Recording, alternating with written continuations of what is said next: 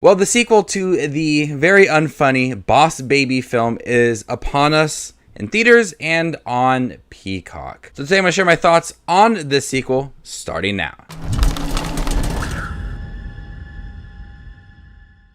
Welcome to the channel. My name is Justin. Thank you guys for stopping by. Today I'm going to share with you guys my thoughts on the sequel to the Boss Baby Family Business. If this is the first time you guys are on my channel, make sure to hit that subscribe button for more upcoming content from streaming services and in theaters. I wasn't really looking forward to Boss Baby 2. I thought the first film was trash, one of the worst Dreamworks animated film there is.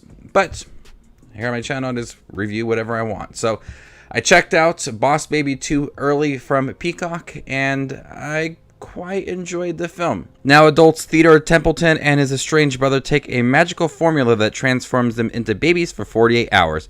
Together they must now go undercover to prevent an evil genius from turning fellow toddlers into monstrous brats. What I really didn't care about from the first Boss Baby isn't really in this movie. What I liked about the sequel is the fact that they are grown up now. They understand each other. They have this relationship. That's not the best. They don't see each other quite often, but they are adults now. Tim has a family and has 2 kids, a wife, and his brother Ted, who was the Boss Baby from the first film, are grown up now, and they drifted apart. But what makes this film work is that they are adults now and they don't have to establish this relationship. They take this formula that turns them back into babies. They don't have to figure out how to kind of navigate their relationship. They've already established that in the first film.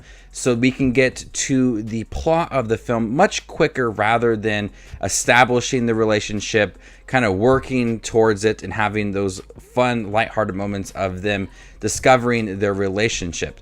We can get all past that really quick and just jump into the plot. And that makes a smooth transition for this film when they do take that formula and are babies once again. The first film had so many fart and pee jokes that just made that film really enjoyable for me. And this time around, they have a few here and there, but it's less, which makes this film more enjoyable.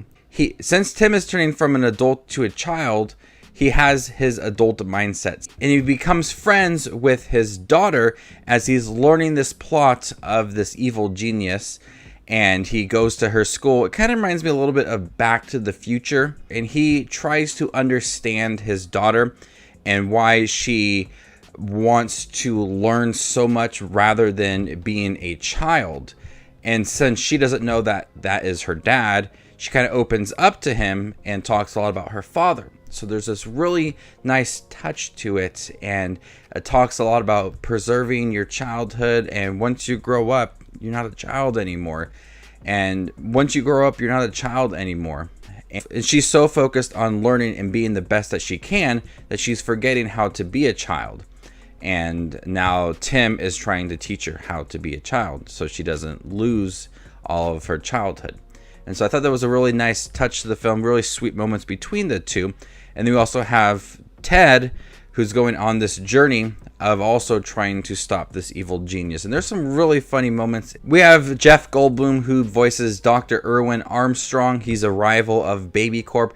And typical Jeff Goldblum. I love his character in here. We have Amy Sedaris, who voices Tina Templeton, who is now a Boss Baby, an undercover Boss Baby, and she gives her father and her uncle the formula. I saw a new addition to the baby's story I thought was really fun. And Amy Sedaris gives a lot of energy to this movie.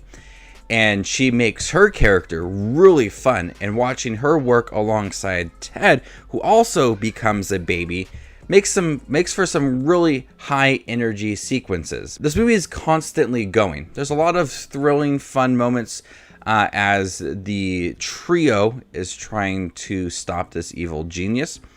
It's just more focused on a story and the relationships, where the first film did that, but also seemed to focus a little more on the potty jokes. It had a nice progression of the story for Ted and Tim, but here we know who they are, and they have to kind of get back to being brothers because they've drifted apart throughout the years.